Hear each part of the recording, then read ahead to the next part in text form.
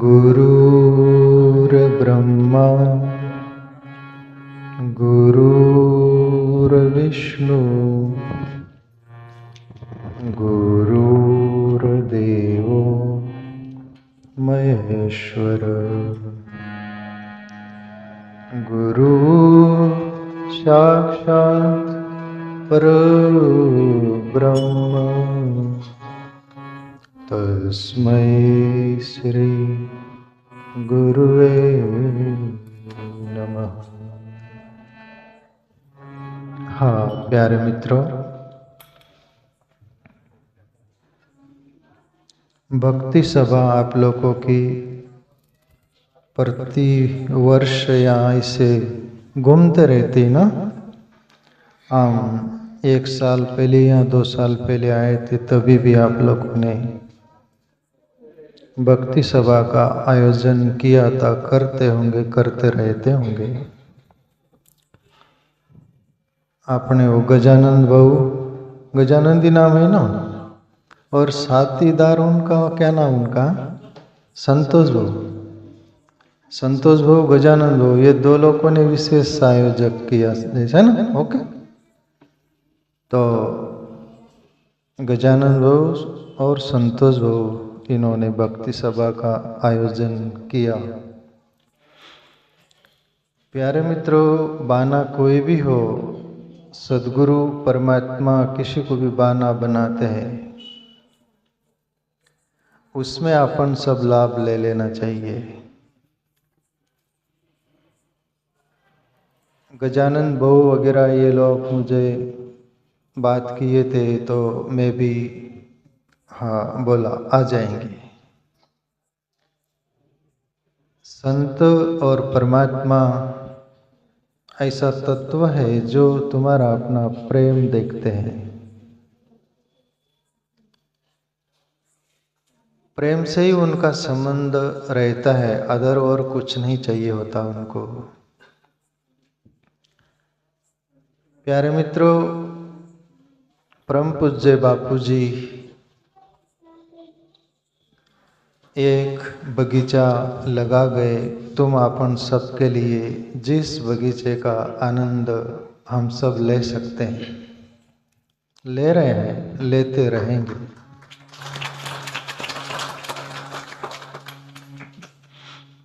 उदाहरण मैं देते रहता हूँ। शायद मदर टेरेसा एक श्री विदेशी पाश्चात्य जगत की भारत आई थी। कलकत्ता साइड में ट्रेन से जा रही थी, ट्रेन में बैठी थी, उसके पास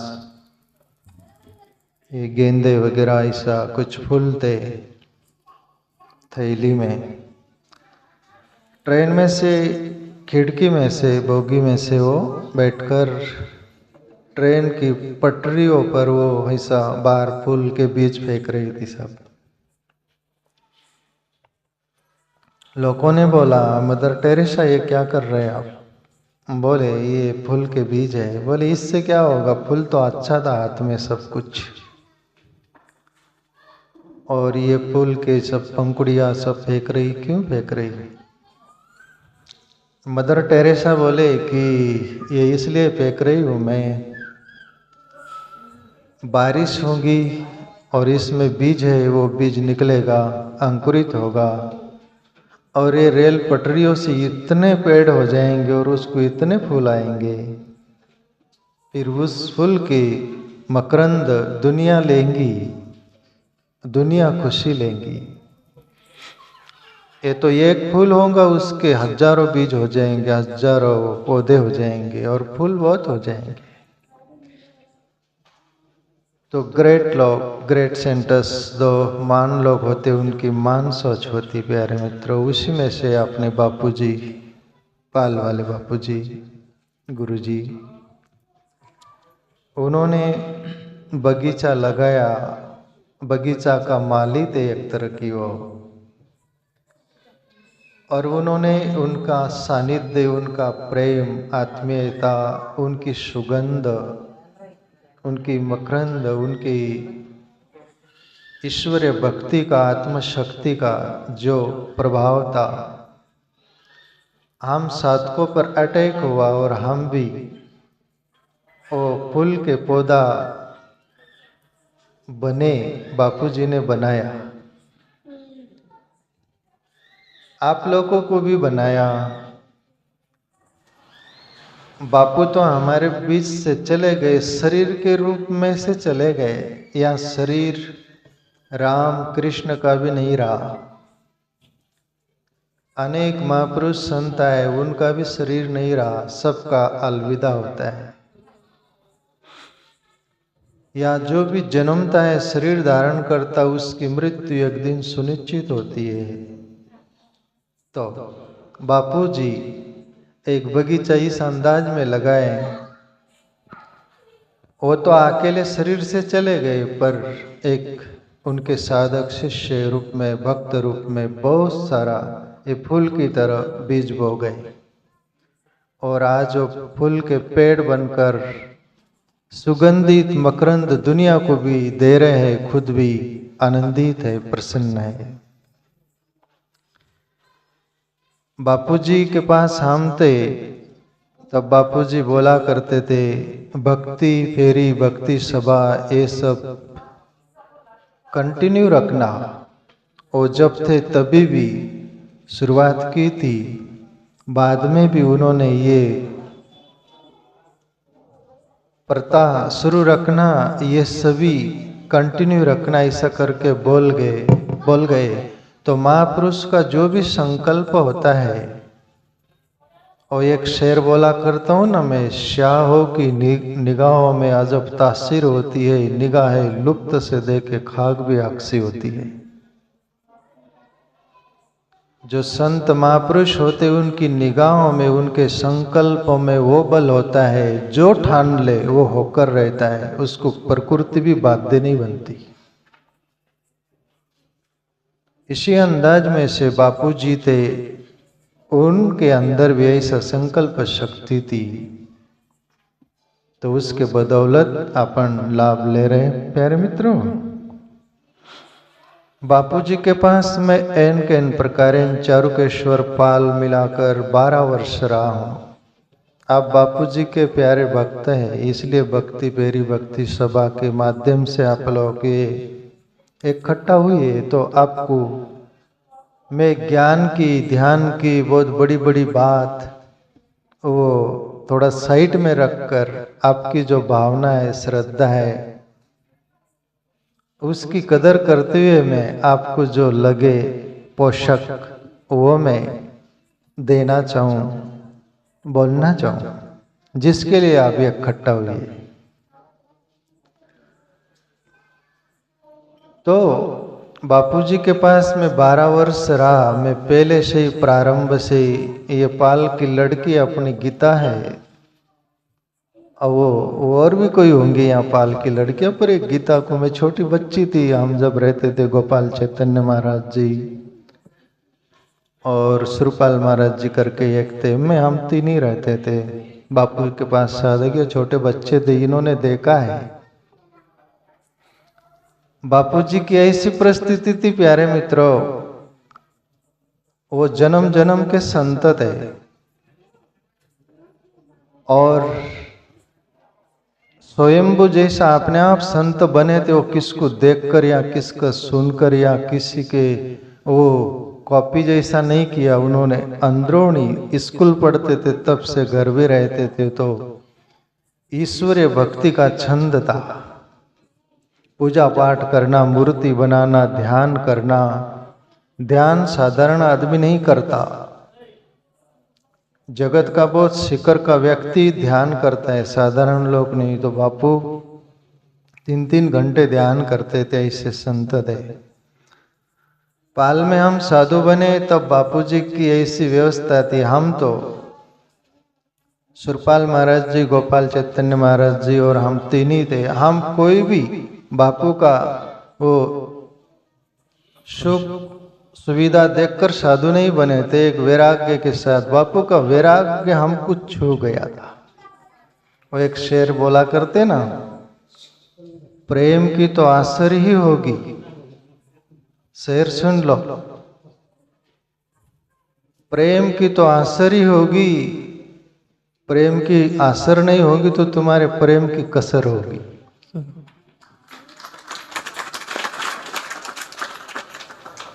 बापूजी के आंख में हमने झांका था और जीवन बदल गया था।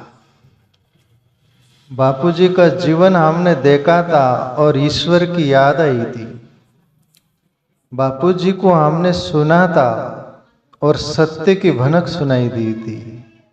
इसलिए हम फिदा हो गए थे, नेछावर हो गए थे बापू की साधुता पर, बापूजी के संग साथ रहने के लिए। हमने सुख सुविधा नहीं, ये लड़की गीता है ना यहाँ, अभी तो मेरे लिए लड़की है वो, छोटी बच्ची जैसे। ये देखती थी, हम तीनों महाराज लोग, ग्राम पंचायत की बाल्टी थी वहाँ, डोल जो बोलते थे, आश्रम की बाल्टी भी नसीब नहीं थी। बराबर गीता? ग्राम पंचायत की वो बाल्टी आती, हम तीनों महाराज लोग बाल्टी लेके पानी लेने जाते थे। ऐसी परिस्थिति थी प्यारे मित्रों। बापू हमको बोला करते थे कि पानी पीने को नहीं रहता था। बारिश होती थी ना, कभी वो कवेलू, वो खपरेलू नलिया बोलते थे ना, उसका पानी गिरता, बापू बोला करते थे वो पानी गिरे तो वो पानी कभी कभी बापू वो डब्बा जो होगा, कोई बर्तन होगा, उसमें लेकर बापू पानी पीते थे। ऐसी स्थिति थी, परिस्थिति थी। बापू बोला करते थे मैं साधु बना तो रहने के लिए कुटिया नहीं थी, एक दो लोगों को लेकर गांव में वो जो डांडिया होती ना साग की, वो मंग कर लाए किसी से, और डांडिया सभी कुछ वो लाकर कुटिया बनाए। ईट नसीब नहीं थी, मिट्टी की दीवार बनाकर जैसे तैसे, हम तो देखे बड़े बड़े सर पर रहते थे सब। ऐसी परिस्थिति में बापू संत बने। आप लोगों को क्या लगता है कि संत सहज बन गया? वैताग में, वैराग्य में आप लोग आ जाते, आप लोगों को वो सच्चा वैराग्य नहीं होता, वैताग को बोलते उसको, वैताग। उसमें बोलते रे साधु संत तो बढ़िया है, वो कोई चिंता नहीं, ऐसा नहीं। तो आपको तो कोई रोका नहीं, फिर क्यों नहीं बन जाते आप? तुम्हारा वैराग्य कैसा रहता है? लड़ाई झगड़ा घर में हुई, पति बोलता है मैं चला ही जाता हूं, आप थैली उठाता है, बांटी टूंडी, बस स्टैंड तक जाता है, वैराग्य छू हो जाता है, कहाँ जाएंगे चलो। वो पीछे पीछे देखता है कोई आ रहे है क्या, तान मारता है, वो बोलता है चल मत जा, फिर आ जाता है। तो वैराग्य वहां तक। बाइया बोलती है लड़ाई झगड़ा हो जाता, मैं मेरे माँ के चली जाऊंगी या दुनिया में चली, थोड़ा वैराग्य उतरा, कोई पकड़ लिया, चल भाई, आ गई भाई। तुम्हारा अपना वैराग्य वहां तक रहता है। संत का वैराग्य जीवन का बलिदान देते प्यारे मित्रों। ऐसे ही संत, वो जो मैं बोलता हूँ ना, संतने संतपणा नती मोफतમાં મળતા, એના मूल्य चुकावવું पड़ता है ना। तो बापूजी का हमने जीवन देखा, बहुत उनकी जो ऐसी कहानी है, बातें, रघु भाई मालखेड़े के, ये गीता बहन के घर वाले, वो मेरे से बोलते थे, वहाँ आए थे बीच में, बापू सभी तो ज्ञान ध्यान की बात बड़ी बड़ी करते, पर हमें बापू जी की बात थोड़ा सा बीच बीच में सुनाया करें। जरूर प्यारे मित्रों, दुनिया की बहुत बड़ी बड़ी बातें कुछ हो, पर तुम जो चाहते हो वो न मिले तो तुम उदास रहते हो ना। जैसे शहर सिटी में आपका कोई नौकरी वाला है, वहां रहता है, आप शहर में गए और उसका घर का पता नहीं मिल रहा, वो नहीं मिल रहे, तो शहर सिटी में लोग बहुत सारे हैं, फिर भी तुमको तृप्ति होती है क्या? जब तक वो घर न मिल जाए, वो व्यक्ति न मिल जाए, तब तक तुमको तृप्ति नहीं होती। ऐसा ही तुम्हारी जितनी श्रद्धा जिसके प्रति हो, उसकी बात सुनाने की, बोलने की, एक श्रद्धावान व्यक्ति वो जिज्ञासा करता है, बोलता है। तो ऐसे बापू जी का जीवन बहुत प्यारे मित्रों, स्वाभिमानी संत थे।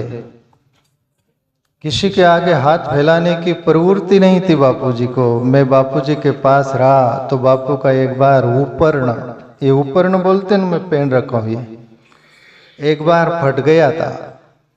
गरीबी वैसी थी, वो दान पेटी में 7 दिन में 6-7 रुपया निकलते थे। 7 दिन मंगलवार की बाजार, बापूजी की माँ आलू लाते थे बाजार बापू के लिए। ऐसा इतनी परिस्थिति थी बापूजी की।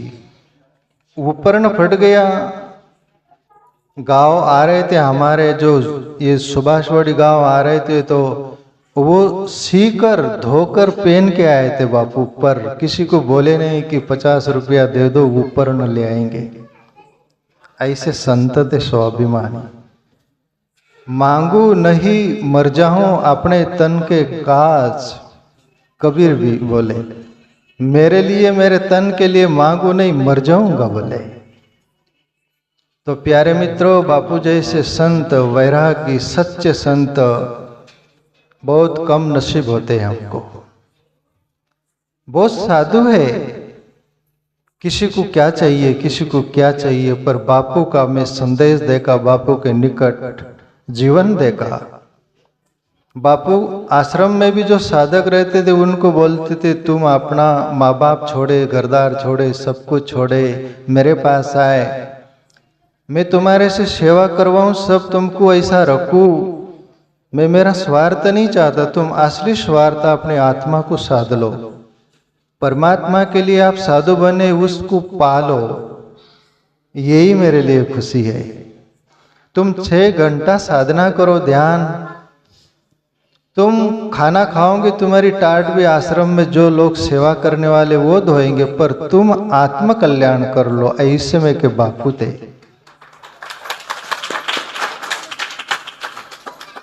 और उनके भक्त आते थे, किसी से भी कोई प्रकार की मांग नहीं रखते थे, जो है उसमें जी लेते थे। और किसी को भी बोलते थे, गरीब मेरे भक्त गरीब है, हमारा समाज गरीब है, भाव श्रद्धा वाला है, आ जाए तो उनको 2 रोटी नसीब हो, रहने के लिए हो जाए, उनको प्रेम देना, इतना आप लोगों की बापू ख्याल रखते थे। ये बराबर है कि नहीं? आप लोगों ने भी देखा है, मैंने भी देखा है, कोई भी गरीब आ गया तो उसको बापू बोलते थे, आपने पानी पिया, चाय पिया, खाना खाया, कहाँ से आए? ऐसे सरल संत थे।